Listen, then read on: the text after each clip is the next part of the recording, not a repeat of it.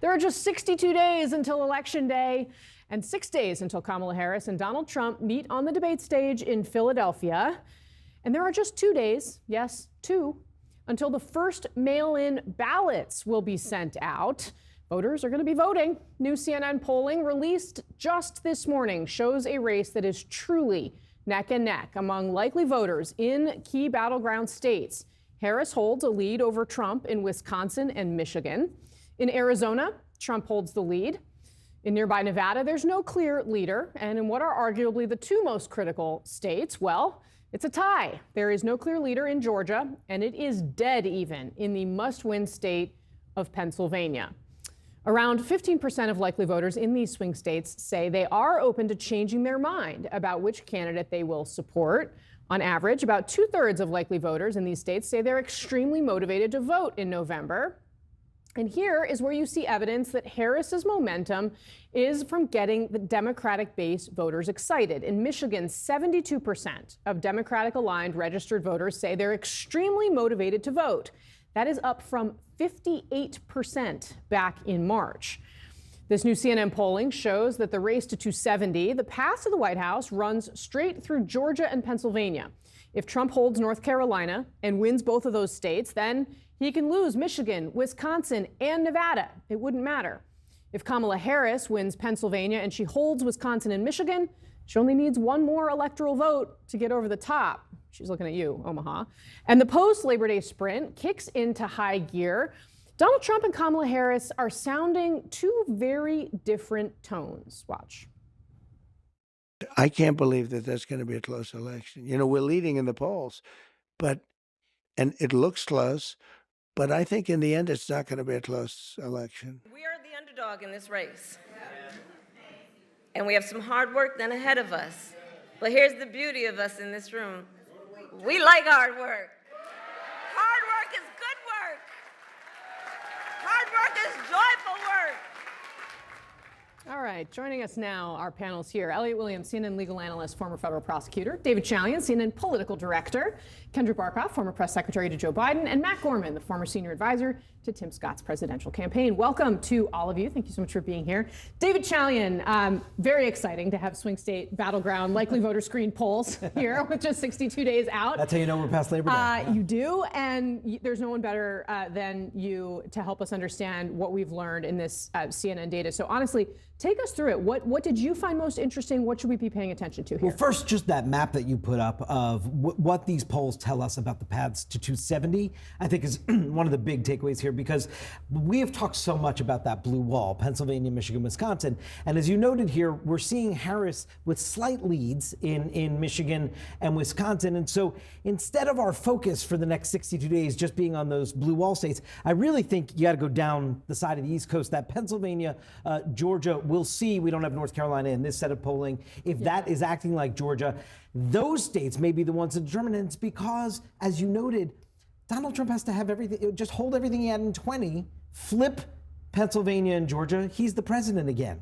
And so if Harris can win one of those states, that's a huge block that she puts up in the path for Donald Trump and sets her potentially on a course. The other thing I would note, the motivation obviously is key, and that is what we've seen over the last, since July 21st when Joe Biden stepped off the stage here, just the snapback into contention. But it hasn't catapulted Harris into some commanding position in this race. What it has done is make this race extraordinarily competitive and tight again. And I just see you see that across this. I would also note, and I know you have these numbers, put up the gender gap. Yeah. I think this is fascinating. If you look at likely female voters across these states, you see enormous margins for Harris there. I mean, look, in Wisconsin, that's 55% is a landslide in our closely divided So she's politics, plus right? 17, she's plus 16, she's plus 15. Those David are Chalian huge. is doing math on live Sorry. television, everybody. No, this is like an awesome feat. We love But it. show the other side, because among likely male voters, it's big advantage Trump. This is what we mean by the gap. When we say gender gap, it's not just the advantage among female voters for a Democrat, it's the difference between the female voter advantage among Democrats and the male voter advantage among Republicans. And you see what a big advantage that is for Trump among male voters. And that, to me, is going to be one of the definitional things when we are on election night looking at the results. Well, and Matt Gorman, that's one of the reasons why, the Sunday New York Times had Trump courting the manosphere on its front page, and why he's doing all these podcasts with these types of people, right? I mean, when you look at these numbers, David's digging into, what do you say? A couple things. Number one, you're absolutely right. Whoever wins their subgroup, like their gender, by more than the other one loses it, that's what the whole election's about, number one. Pennsylvania. It's Pennsylvania is the ball game. There's no reasonable way you can really, in my opinion, win Pennsylvania and lose a state like Georgia or Nevada. They all kind of are linked, maybe not tangibly, but essentially. Wisconsin and Michigan, they've always kind of gone together. That's less of a surprise. And look, I think Nevada's back in play.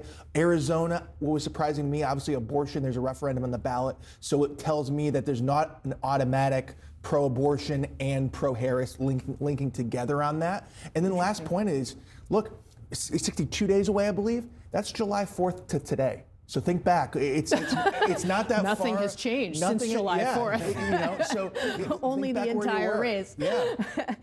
David Chalian, can we talk about Georgia for a second? I'm interested to know what you think about what Matt said, in that maybe Georgia and Pennsylvania go together. But this is something that when I talk to Republicans, they say, well, this is kind of a tough hill for her to climb in Georgia. Do you agree with that? Our polling suggests maybe it's not quite there. Well, here's what I find fascinating about Georgia. Among white, non-college educated voters, that's obviously part of Donald Trump's base of voters, he performs best in Georgia in that group. I mean, that I find really, really fascinating. And in fact, even among white college educated voters, Donald Trump is dominating in Georgia, and that is a demographic that Harris and Democrats over the last many years have been trying to utilize to close the gap with Republicans in certain places. That is why, and again, the African American vote in Georgia is going to be the ball game for Kamala Harris here if she is going to be able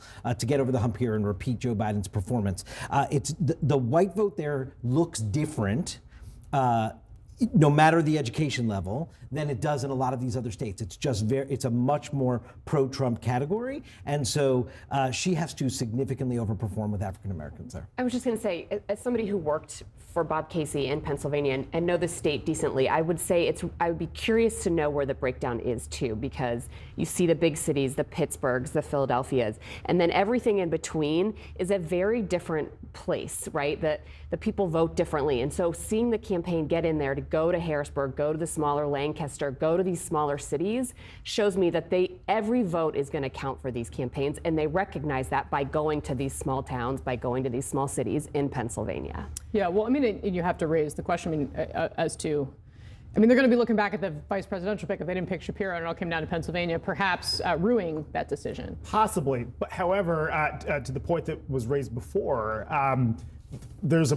there's a scenario in which Nebraska's one electoral vote becomes relevant, and that Tim Walz is actually our Jeff Zeleny was just there in his home state, and looking at that blue dot. Right, and for folks, the term uses blue dot, and for folks who aren't familiar, Nebraska has one electoral vote right around because they divide their electoral college votes by congressional district. As opposed to statewide. If you win in Omaha, then the whole state can be red, but that dot can be blue. And there is a scenario, and correct me if I'm getting the math wrong here, David, but if Kamala Harris wins, I believe it's Pennsylvania and Michigan and Wisconsin, then that one vote in Nebraska becomes quite consequential. So all of these decisions around who one picks as vice president can come up to bite or reward a candidate pretty spectacularly. But of course, if she is to lose Pennsylvania, then I think the finger pointing come November 6th will be huge. Yeah, David, what does our poll tell us? Obviously, we know it's a dead heat in Pennsylvania, and our poll has this, nose to nose. The number is the exact same.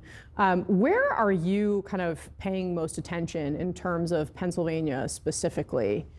Well, you got 3 counties in Pennsylvania that are so-called these boomerang these pivot boomerang counties. They went for Obama twice, they went for Trump, they went for Biden, right? And so looking at a place like Erie, Pennsylvania, or Northampton County, these are not contiguous counties. No, Erie They're- being way out west and Northampton Exactly. County being Easton near I Allentown. think watching how those counties behave is really important. Now, obviously, as Kendra was saying, if you're a Democrat, you win Pennsylvania, obviously, by running up the margins in Philadelphia and Pittsburgh, and what James Carville called Alabama in the middle. That's where Trump is what some people who live in Pennsylvania call it.